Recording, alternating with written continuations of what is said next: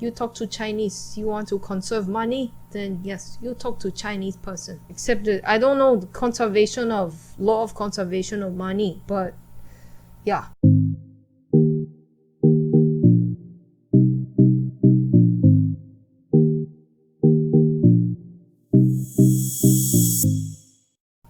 Yo, mga kabayo, what's up, catch up, and welcome to E9. Thank you, our time and space to learn life lessons from lessons about life. Did you have to do that? In the last episode, we talked about the laws that govern movement. Newton's 3 laws of motion. That's standard textbook physics. We also discussed gravity and what it really is. It's apparently not a force. Wow, it's a warp in space-time. Thanks, Einstein. And today we're going to deal with the next set of laws. One of the most prevailing principles of the universe is conservation, meaning that certain things remain unchanged. If you have a piece of paper, you can change it physically by tearing it into pieces, or you can change it chemically by burning it. In which case will you have destroyed the paper? You might think the second one.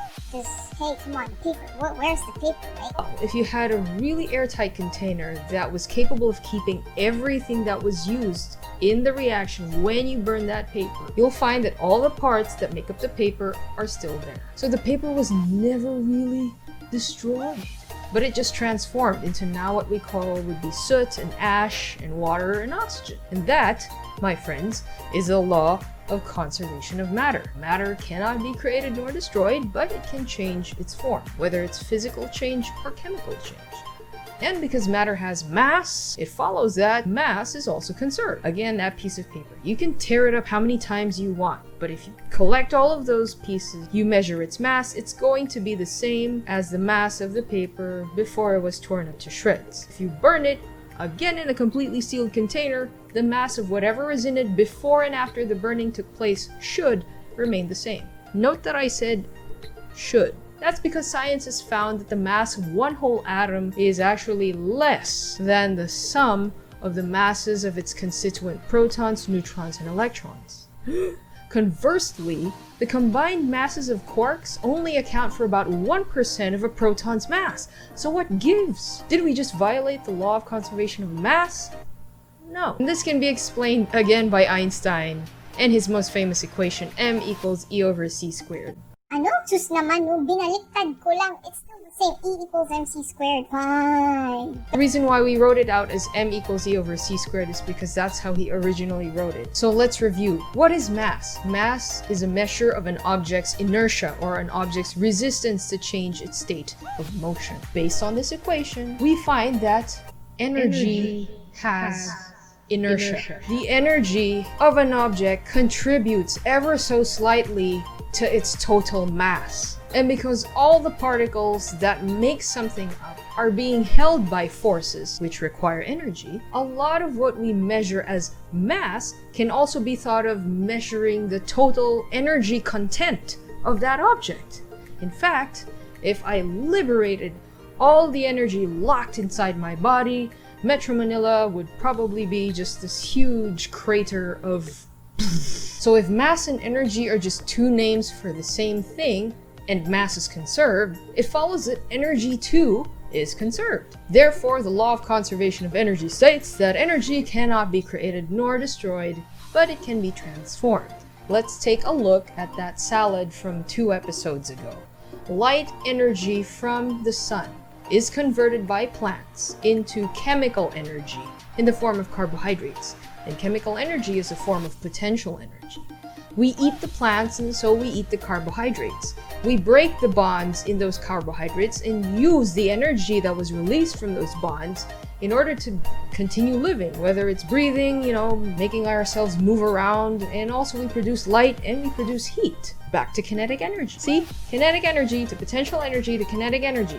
Same energy, just being cycled around. Matter and energy are just constantly being recycled. And it's funny how we always describe nature as constantly changing, except that it changes using things that haven't changed at all.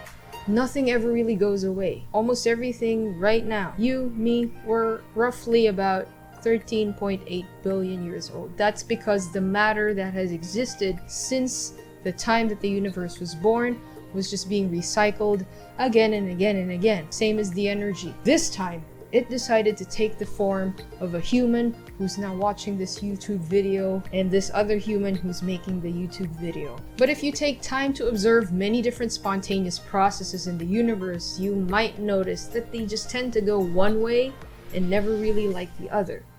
Like when you put ice in water, you always find that you end up with more water, you never end up with more ice. Or how all living things eventually die. And that is thanks to the law of entropy. It tells us that the randomness of an isolated system increases with time. So thinking in terms of energy, that means that the energy has a higher chance of spreading out through time. And remember that we are packed with energy. Thanks to Einstein's mass energy equivalence equation, E equals mc squared. All the energy that's locked up inside of us will tend to spread out to the universe as time goes. So we eventually die. Unless you introduce energy into the system. And that's why we eat. So this decreases the randomness within us. The energy is being accumulated instead of spread out. But when we do so, we inevitably increase the randomness elsewhere outside us. So the foods that we eat, after all, they were once made of highly organized, energy-packed living things, like plants and animals. And when we digest them, they're broken down into smaller parts, releasing the energies that were once inside them. So the law of entropy is still obeyed. Even though we decrease the entropy in us, we've increased the entropy everywhere else. So yeah, think about that for a bit. If you want to live longer, then that means you're also going to want to increase the entropy and the disorder of everything else in the universe. If you want to build something, you're going to have to tear something else down in the process. There's always a price to pay. There's no such thing as just endless perpetual growth. It's always at the expense of something. So that means you can't have your cake and eat it too. You may argue that we're not just the sum of our parts. You know, I'm more than just these atoms that I'm made of. If these laws did not exist, would you still be who you are? I am who I am partly because of what I'm made of and how I experience the world now. This is where we somehow officially bid farewell to physics and chemistry. Pero wag natin sila kakalimutan because time and time again, babalik-balikan natin sila. Don't forget these concepts. They're gonna be here for the rest of the journey. And yes, I know that there are many more laws that we haven't discussed. Coulomb's law, the ideal gas laws, just so many other laws. But don't worry, if in the future episodes they need to be invoked, they need to be summoned, then we will definitely make sure that they get their chance in the spotlight. So, what life lessons have you guys learned today? Leave it in the comments below. Of course, if you want to learn more, if you think that my discussion on thermodynamics wasn't really just enough, thirsty for more, check out these other videos. And of course, as always, show them your support. Go ahead, like and subscribe their channels because they're really doing an awesome job of providing science to all of us. So, kita-kits, mga bagits. Ina, thank you very much. Naku, wala akong papel. Uy, dahil mong papel ah. O pwede makahingi. Sige. Oh, salamat. Baka pwedeng dalawahin mo na. Magkamali eh. O yan, dalawa na.